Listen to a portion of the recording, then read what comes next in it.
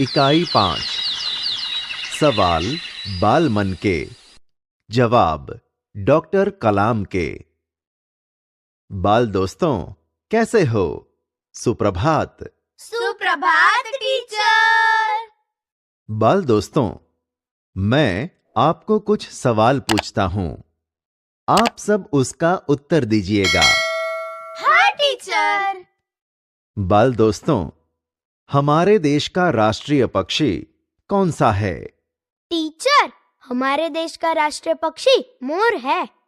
सही जवाब। हमारे देश का राष्ट्रीय पक्षी मोर है। एक दूसरा सवाल सुनो। हमारे देश के राष्ट्रपिता कौन हैं? हमारे देश के राष्ट्रपिता महात्मा गांधी जी हैं। बहुत अच्छे, सही जवाब है।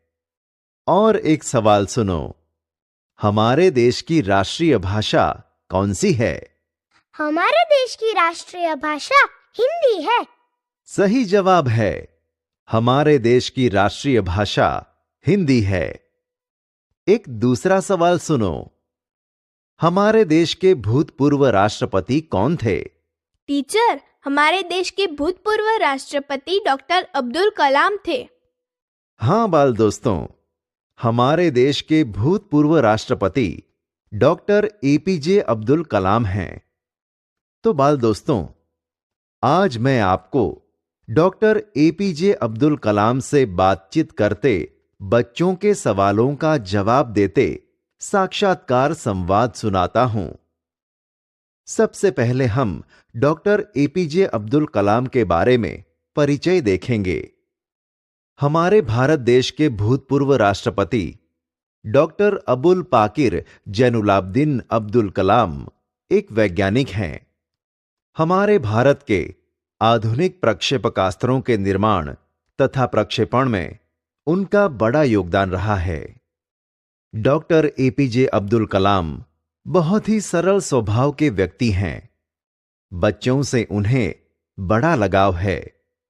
यहां बच्चों ने उनसे विविध विषयों पर प्रश्न पूछे हैं और डॉक्टर कलाम ने उनके उत्तर दिए हैं। तो चलो हम इस सवाल जवाब पर आधारित यह पाठ को हम देखते हैं। आर अरविंद, कक्षा 3, सेंट मेडस स्कूल, चेन्नई। क्या आप अपने बचपन की कोई यादगार घटना हमें सुना सकते हैं? कक्षा 5वीं के मेरे शिक्षक श्री शिव सुब्रमण्य अय्यर की एक बात मुझे याद है। एक दिन कक्षा में वे हमें यह बता रहे थे कि कोई पक्षी कैसे उड़ता है। उन्होंने हमें रामेश्वरम के समुद्र तट पर ले जाकर इसका जीवंत उदाहरण दिया। वह ऐसी यादगार घटना थी जो मेरे मन मस्तिष्क में हमेशा के लिए बैठ गई। इसी से मुझे आगे विज्ञान पढ़ने की प्रेरणा मिली। सरयू मकर, कक्षा 5, वाल्मीकि नगर हिंदी माध्यमिक शाला, नागपुर। बचपन में हमें किस भाषा को प्रमुखता देनी चाहिए? मैंने स्वयं माध्यमिक शिक्षा तक की पढ़ाई अपनी मातृभाषा के माध्यम से पूरी की है।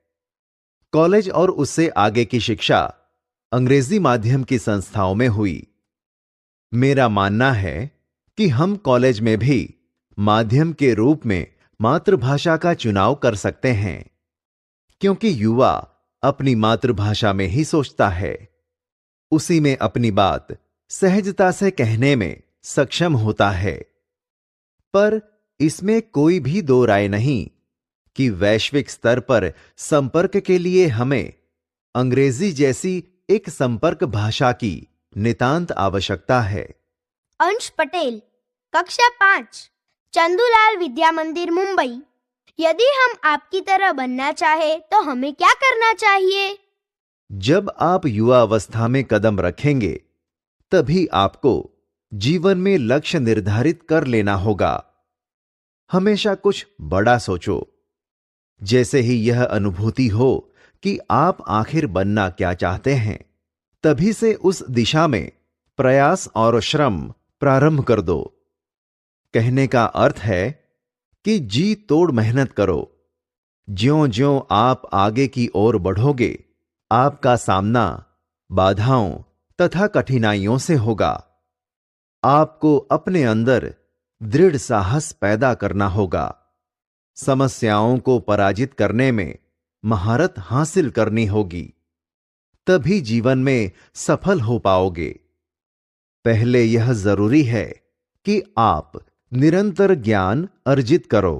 चिराग जैन, कक्षा 7, बॉम्बे कैम्ब्रिज, अंधेरी, पश्चिम मुंबई। वह कौन सी बड़ी चुनौती है जिसका सामना हमें आज करना पड़ रहा है? भारत को सन 2020 तक एक विकसित राष्ट्र के रूप में परिवर्तित करना और देश के 1 अरब से अधिक नागरिकों के चेहरों पर मुस्कान देखना, यही राष्ट्र के समक्ष सबसे बड़ी चुनौती है। हर्ष चांडक, कक्षा 7, डॉक्टर एस राधाकृष्णन विद्यालय, मलाड, मुंबई। आपकी दृष्टि में साहस की परिभाषा क्या है? अपनी जान की परवाह किए बिना दूसरों को संकट या आपदा से बचाना ही साहस है। तरुण पटेल, कक्षा 8, स्वामीनारायण इंडिपेंडेंट स्कूल, लंदन। हम प्रवासी भारतीय मातृभूमि के प्रति गर्व की भावना कैसे विकसित करें? भारतीय मूल का कोई भी व्यक्ति एक बृहद भारतीय परिवार का अंग है और उसे हमारे देश को सांस्कृतिक विरासत पर गर्व है। सौभाग्य से आप लोग इसी स्थिति में हैं कि अपनी मातृभूमि से अच्छी तरह से जुड़े हुए हैं और यही आपके लिए गौरव की बात है। सत्यम, कक्षा 10, जिला स्कूल, मुंगेर। जो भी बच्चे आपसे मिलते हैं वे कहते हैं कि वे एक प्रसिद्ध वैज्ञानिक, इंजीनियर, डॉक्टर आदि बनना चाहते हैं, पर किसान, मजदूर और कलाकार भी किसी राष्ट्र के लिए उतने ही महत्वपूर्ण है। हम ऐसे ही परिवारों से आते हैं। हमारे लिए आपका क्या संदेश है? किसान, मजदूर, कलाकार और दस्तकार, ये सभी हमारे राष्ट्र के अभिन्न अंग हैं। राष्ट्र निर्माण में हमें उन सभी की सेवाओं की समान रूप से दरकार है। आप सभी को चाहिए कि अपने अपने क्षेत्रों में खूब उन्नति करें। रोहित चतुर्वेदी, कक्षा 11वीं, इस्लामिया इंटर कॉलेज, इटावा। आप कहते हैं कि भारत 2020 तक विकसित राष्ट्र बन जाएगा, पर निरंतर बढ़ती जनसंख्या और बेरोजगारी इसे संभव होने देगी। विकास स्वयं जनसंख्या वृद्धि को रोकने की अचूक औषधि है। इसमें जनशिक्षा, विशेषकर स्त्री शिक्षा की बात भी सम्मिलित है। इससे छोटा परिवार सुखी परिवार की मान्यता को बल मिलता है। भारत 2020 का मिशन यहां के युवाओं को रोजगार के पर्याप्त अवसर सुलभ कराएगा।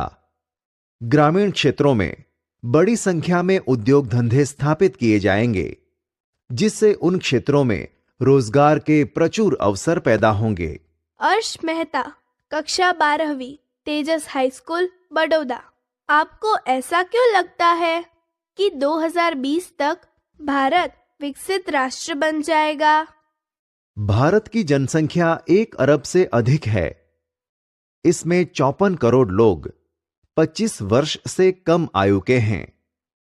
ये हमारी राष्ट्रीय शक्ति हैं। भारत को 2020 तक विकसित राष्ट्र में परिवर्तित करने के लिए हमारे पास प्रचुर प्राकृतिक संसाधनों के साथ ही सुनियोजित खाका भी उपलब्ध हैं।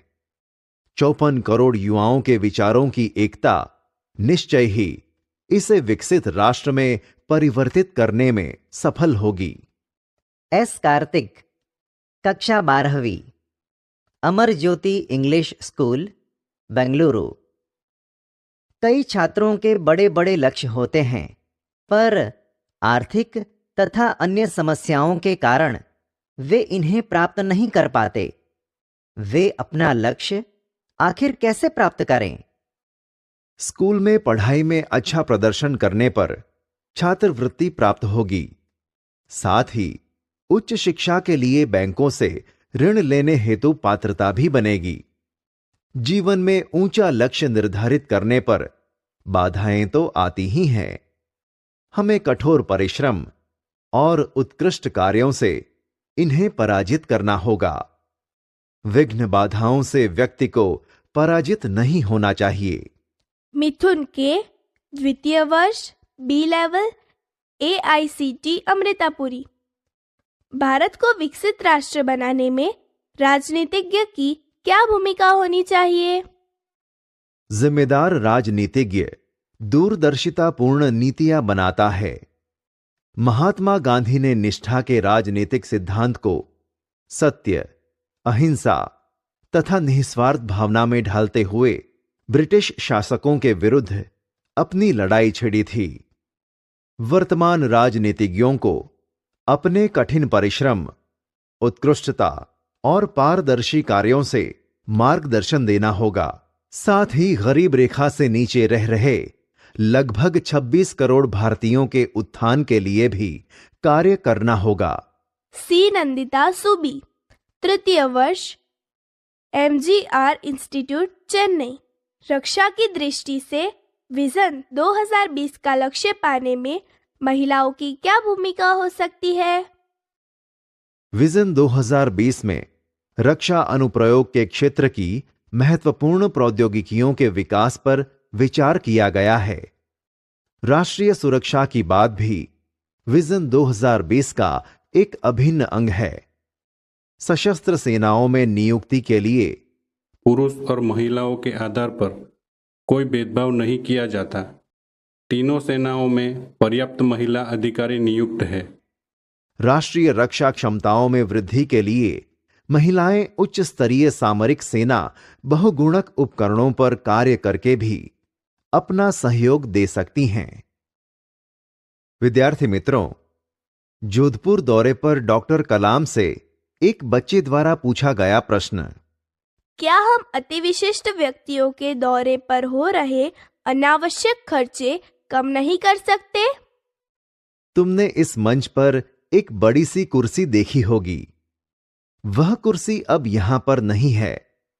ठीक ऐसे ही अनुत्पादक चीजों पर हो रहे अनावश्यक खर्च भविष्य में नहीं होंगे।